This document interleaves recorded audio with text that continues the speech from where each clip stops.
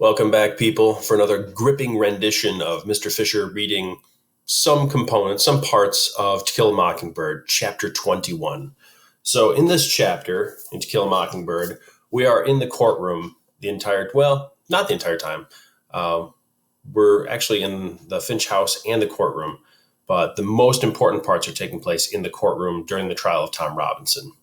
So at the beginning of this chapter, or at the end of the previous chapter, if you will, Calpurnia had just walked into the courthouse, and she was coming to tell Atticus that his children were missing. And so at the very beginning of this chapter, she delivers a note to Atticus. He turns to the judge and said that his children are missing. And then one of the people, I think it's Mr. Underwood, the newspaper guy, says, they ain't missing. They're up in the balcony with the people of color. He doesn't use quite such a modern term. But he says they've been up there since precisely 1:18 p.m., which means they've seen the entire trial up to this point. So Atticus makes them go home with Calpurnia. So Dill and Jem and Scout all go home, and they have to have supper. But then they are allowed to come back for the last part of the trial because they've seen the entire thing. So there's no point trying to shelter them from the grim realities of this case. And so I'm going to read a little bit after the kids come back. So there should be one quick point, actually, that before I start reading. Jem is absolutely unequivocally convinced that the jury is going to find Tom Robinson completely innocent because the evidence, as you know, because we read this story, is 100% on his side. There's no case for him having assaulted Mayella Ewell. In fact, there's no evidence that an assault, at least a sexual assault, even took place. She has been severely beaten, but that was by someone who led with their left hand, and Tom Robinson doesn't have a left hand. So vis-a-vis, we know that her father is the one who actually beat her. And in all likelihood, he beat her because he saw her kissing a black man. Okay? And so Mayella is trying to deny that she ever purposefully kissed Tom Robinson because she's ashamed of herself. She wasn't ashamed when she did it, but she was ashamed as soon as the world came crashing down on her. And so Jem, 100% convinced. The court has to let him go. There's nothing that they can do. There's only one course of action, and that's it. And Atticus is a little less certain, let's say. So, for instance, right here, I'm on page 236, and Atticus says, if the jury's still out, you can wait with us, but I expect it'll be over before you get back from supper. Jem said, do you really think they'll acquit him that fast? Atticus opened his mouth to answer, but shut it and left us. So right there, that makes me think, obviously Atticus knows much more than Jem. Jem is young, he has a very narrow lens. He hasn't seen a lot of the world yet. And so, of course, logic dictates to him that this court is going to free Tom Robinson. But this court is not based on logic because this is a black man in the history of the United States against a white woman. And race plays a major factor in this. And there is no such thing as equality or even equity or fairness when it comes to different races in a court of law in this time period. Okay? So Atticus has an inkling that things are not as they should be. And Jem should get that feeling. And I want to ask, have you ever gotten like a gut feeling about something? You're talking or you're going through a situation and something just doesn't feel quite right. Like you have this intuition, this instinct, but you can't really put a finger on what it is. But you know it just doesn't feel right. I think that's probably where Atticus is at. And it's interesting that Jem doesn't pick up on that. And I guess it's just because he's so young and so innocent. Like he still has a little bit of his childhood innocence hanging on because he's like 12 or so. Okay. Atticus is much more worldly than Jem, and he knows that the reality is much more grim than it probably should be. So at any rate, I say that a lot. I'm going to fast forward a little bit to after the kids have had supper. They come back to the courtroom, and let's see. I'm going to pick up on page 239. And this is an interesting moment because Scout has fallen asleep up in the balcony, leaning on Reverend Sykes. And when she wakes up, she talks to Jem for a moment. And she has this kind of a dreamlike quality, but she's not asleep. And so this is what she sees and feels. "Ain't it a long time?" I asked him. "Sure it is, Scout," he said happily. "Well, from the way you put it, it'd have taken 5 minutes. Jem raised his eyebrows. "There are things that you don't understand," he said, and I was too weary to argue at this point. But I must have been reasonably awake, or I would not have received the impression that the impression that was creeping up on me. It was not unlike one I had had last winter, and I shivered, though the night was hot. The feeling grew until the atmosphere in the courtroom was exactly the same as a cold February morning, when the Mockingbirds were still and the carpenters had stopped hammering on Miss Maudie's new house, and every wood door in the neighborhood was shut as tight as the door of the Radley's place. A deserted, waiting, empty street, and the courtroom packed with people. A steaming summer night was no different from a winter morning. Mr. Heck Tate, who had entered the courtroom and was talking to Atticus, might have been wearing his high boots and lumber jacket. Atticus had stopped his tranquil journey and put his foot up on the bottom rung of a chair as he listened to what Mr. Tate was saying. He ran his hand slowly up and down his thigh. I expected Mr. Tate to say, any minute, "Take him, Mr. Finch." But Mr. Tate said, "The court will come to order," in a voice that rang with authority, and the heads below us jerked up. Mr. Tate left the room and returned with Tom Robinson. He steered Tom to his place beside Atticus and stood there. Judge Taylor had roused himself to sudden alertness and was sitting up straight, looking at the empty jury box.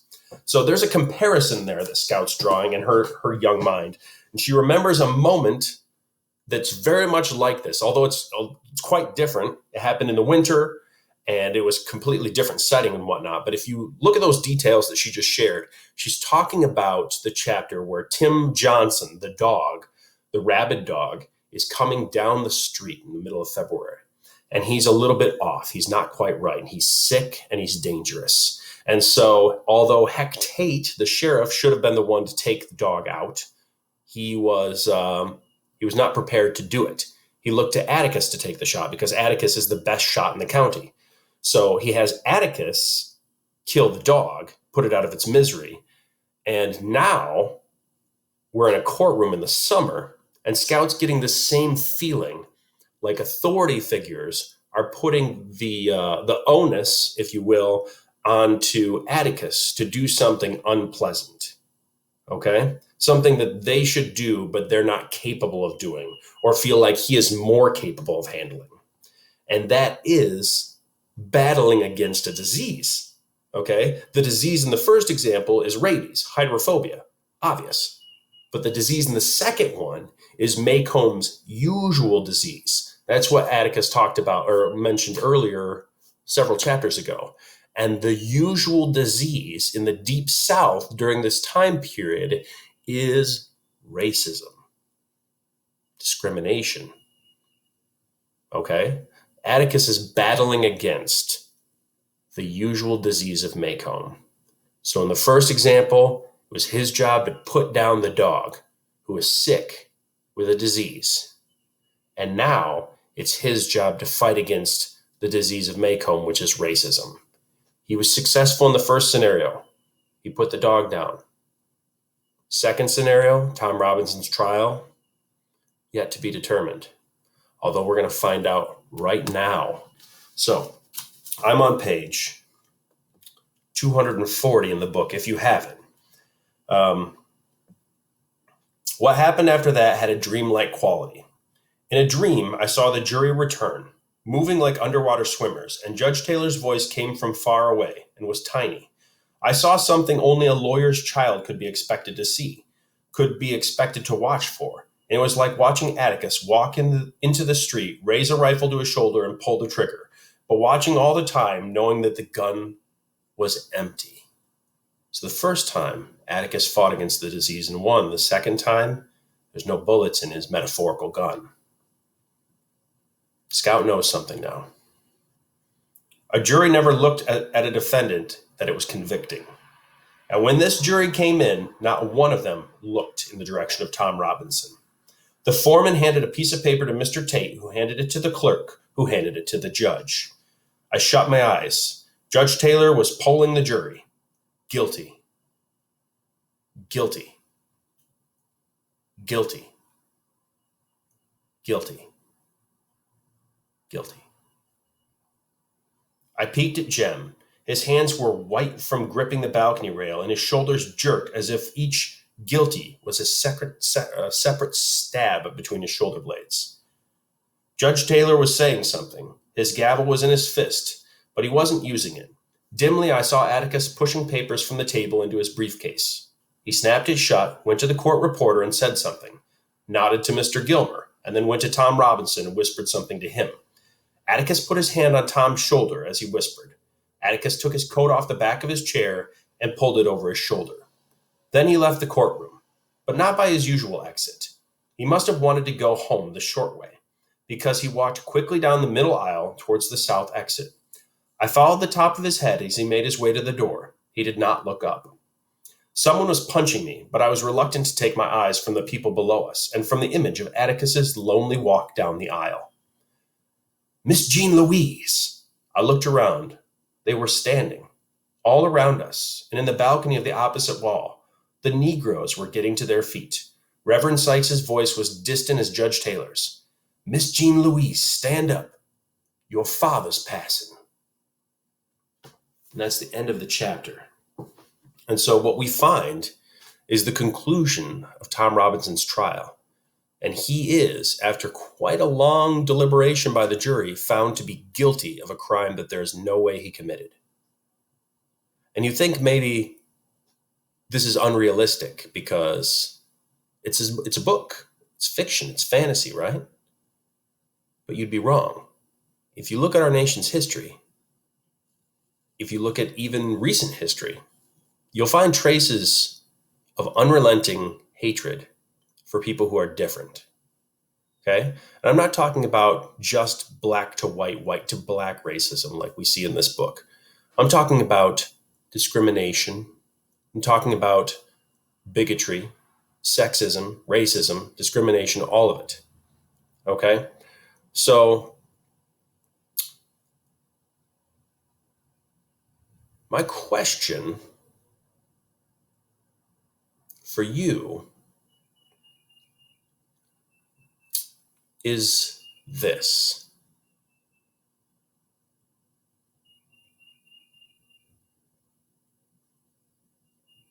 Do you believe that we as a nation still have racism and discrimination to the point that we witness in this trial? Do you think there are times when a court of law wrongfully convicts someone because of their race or their gender or their religion? Do you think there are times that people are treated unfairly by authority figures, be it police, teachers, courts, whatever, because of who they are and something about them that they can't change and that they never chose? Do you believe that discrimination and racism are still as impactful in our society as they were during the time period of To Kill a Mockingbird? Now, that's a long question. It's multifaceted. So make sure you give me a pretty beefy paragraph about it. You would be advised to give me at least a half a page. I really want you to think about this because it affects your life. Some of you more than others, but it affects all of us in one way, shape, or form. We need to be able to critically examine ourselves, our lives, our country, and our laws. And I'm not saying that our country's bad or that there's any particular race that's bad or anything like that. What I am asking you to do is to look and reflect and then respond with your own words and your own thoughts and your own beliefs. Don't say what you think I want you to say. Tell me what's in your heart of hearts. What do you truly believe? That is my question for today. So, I hope you have an excellent day. I hope you take care of yourselves. I hope you and your families are doing very well. And as always, this is posted on a Monday, but it's not due until Friday at 11:59 p.m. I'm going to post another assignment on Wednesday, and that will also be due Friday at 11:59 p.m. So you'll have two assignments that are due on Friday at 11:59 p.m. And that's all I'm going to give you this week. All right. That's all I've got for you. I love you guys. I miss you. And I hope you're taking care of yourselves. Peace.